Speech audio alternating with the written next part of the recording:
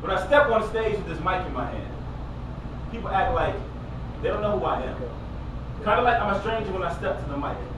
As if they never heard my poems or prose or listened to my similes or metaphors ever before and ask me crazy questions that some of you might be thinking in your heads right now.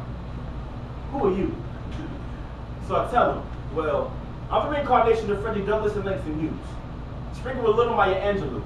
Topped with Emerson, Frost, and Tennyson, so if you don't think I'm a menace, then maybe you should sit in the audience and talk to some of my citizens.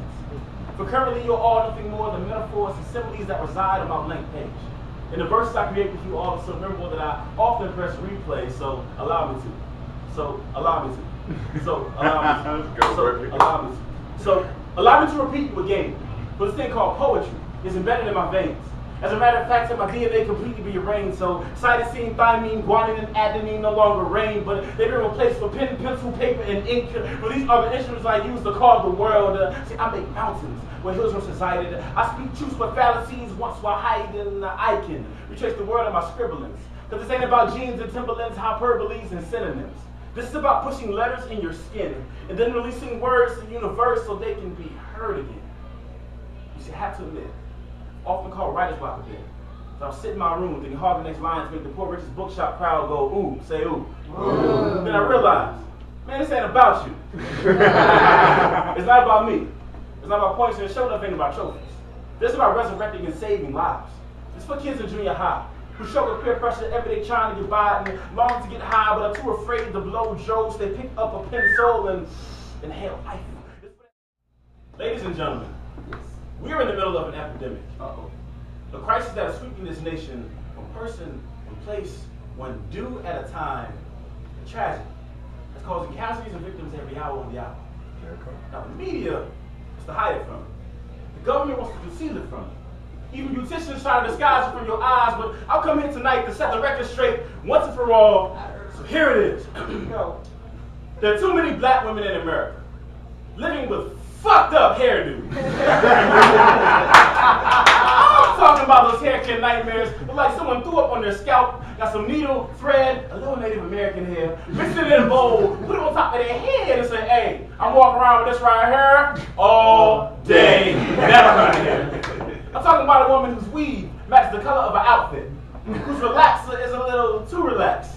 Lace front jeans relates down, traction starts lose traction, finger waves are more like tsunamis, doobies smell like doo-doo, silk wraps ain't wrapped too tight, bobbs and weaves make me want to bob and weave the kind of hair that would make Madam C.J. Walker turn over and over in her grave. And ladies, don't get me wrong, I'm nothing against those of you like the Persian process, but I prefer a natural woman. I'm talking about a woman whose curve her dimensions are longer than the length of her extensions, a natural woman. Whose hair curls on every 5 minutes, despite the fact that it took her 2 hours to get a flat iron in the first place. A natural woman who has the hair the way God intended for it to be nappy as hell. And I'm talking about a regular nappy. I'm talking slave nappy. I'm talking so nappy when she puts a comb in her scalp, Kunta Kinte jumps out of her roots, her buckshot top on shackles, walking the chain gang and singing spirituals, and natural woman whose hair so nappy even Jesus would look at her and say, damn. So much dandruff in the middle of her scalp that looks like a ski slope, and when I run my hands to her kitchen, I come back with some breadcrumbs on my fingers. Yo, wow. It tastes delicious, a natural woman. A woman whose hair dances to the rhythm of African drums. Has Nigeria and Botswana ingrained into her locks, an underground railroad running through her forehead, freedom etching to her follicles. She shampoos her hair with liberation, moisturizes with equality, a natural woman who knows that even though there's a civil war going on in her scalp, there is no need for reconstruction. She is Angela Davis, the India I rewrote into one. She is a freedom fighter, an activist, a black hair advocate, natural woman. I love you. I love you because you're authentically beautiful. In a society that told you to live your life straight, you'll place courage inside your curls, knowledge into your naps, testimony in your tape line, and baby girl, I'm gonna let you know that I see you.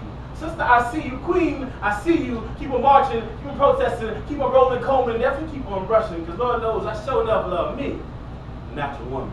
Thank you all for the love.